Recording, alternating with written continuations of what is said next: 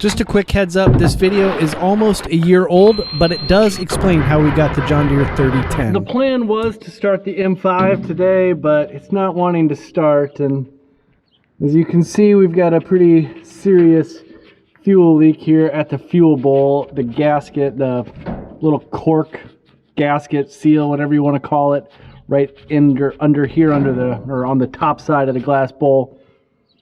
It's not working. This tractor will move today, but just not right now. And I'm just noticing as I'm looking in here, I need to find the bolt, put the bolts back on, because this tractor, the M5, it's going for a ride today. I've got so much to tell you. What's going on, boss? If you've been watching the videos for some time, you know that I was just on the phone with my cousin. My cousin is kind of like, I don't know, the guy that keeps everything running on this farm, and he's not even a part of this farm. What is going to happen is this. This right here is my John Deere 4430. This is my main tractor. I do basically everything with this tractor. Grind feed with this tractor, move hay bales with this tractor, mow hay, rake hay. I don't bale. My cousin Vern does my baling for me. But loader work. I've got spike on the front. I haul bales from the field. This is my everything tractor. In essence, the only tractor that I have. I do have the M5. It can't do much. It can't run the hay rake. It can't run the grinder mixer because it needs more hydraulic power for it to run the grinder mixer. I can put it on the hog cart, and I do that from time to time, but when you get 6, 7 fat hogs on there, it really can't do that either. So, well, let me just go show you. We've had a problem with the 4440, whoa, that was wishful thinking. We've had a problem with the 4430 for a little while. So what we've got going on here is I'm explaining how we're taking the tractor down to my cousin's and we're going to replace the injection pump, or not replace the injection pump, take the injection pump off and have it rebuilt. We had replaced the hand pump there, the little Bosch hand pump. It seemed as if maybe we were making a little bit of oil, like there was some fuel getting into the oil. I'm still not 100% sure that that's not happening, but there was a bigger issue that was happening once we got it down to my cousin's, and that was a clutch issue. What we ended up doing is putting an entire new clutch pack into this tractor, which meant we split it. I didn't take any videos of it. It took all summer long because we were also making hay and doing everything else. Long story, you get it. What I have decided is that I bought this 4430 at a good price. And because I bought it at a good price, I'm going to put some money into it and keep it around. If I wanted to replace this 4430 with a similar sized tractor that can do similar things, it's going to cost quite a bit in today's age. And so I've just decided, you know what? If I bought another tractor, it would be another Sound Guard. That's this style of John Deere. It would be another Sound Guard tractor, and we would eventually run into the same problems. So we're going to start fixing things as they come along. Air conditioning possibly after that. Motor, it might have to have an overhaul at some point. These hydraulics at the back, these outlets need to be rebuilt. We'll get on that. And of course, under here, we've got a lot of bit of rust issues when it comes to underneath the cab. All of those things are not going to happen at once. What we're going to do today is take the 4430 down to my cousin Vern's. There is more though. And the more is this beast right here, the Owatonna OMC grinder mixer. I mix all of our pig feed, I mix our chicken feed with it, and it's in the same place as the 4430 in that there are a few things that need to happen to it. The major thing right now is this sprocket needs to be replaced. I don't know if you can see very well, but these teeth, well, they're kind of non-existent. I can grind feed with it all right, but when I go to unload feed, I have to kind of unload it at a snail's pace in order to get the feed out.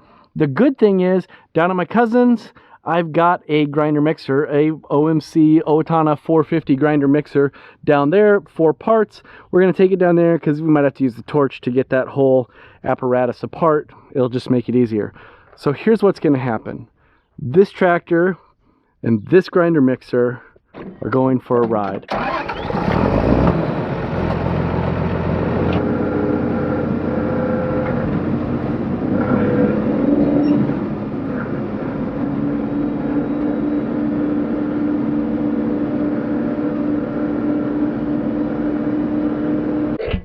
I didn't know if like there was a torque spec on that or. Well, it's the German torque spec. Yeah, good and tight. Good and tight. Oh boy. Not good and tight. It's good and tight. Good and tight. Put a little pressure on this. Go ahead and raise your own up. I hope I'm going the right direction.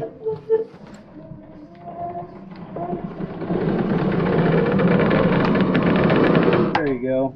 That'll do.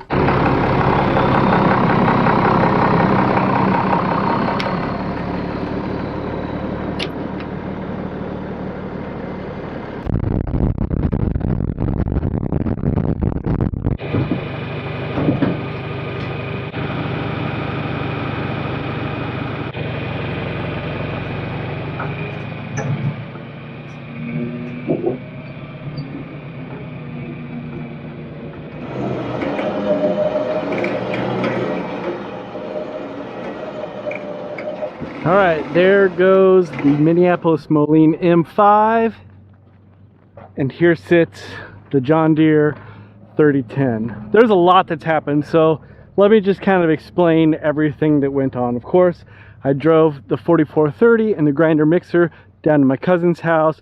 We got it down there. The first thing that we did once we got it down there was take the loader off. It turns out we needed the loader off anyways because we were splitting the tractor to replace the clutch. The first project that we're going to do though is we're going to fix the grinder mixer.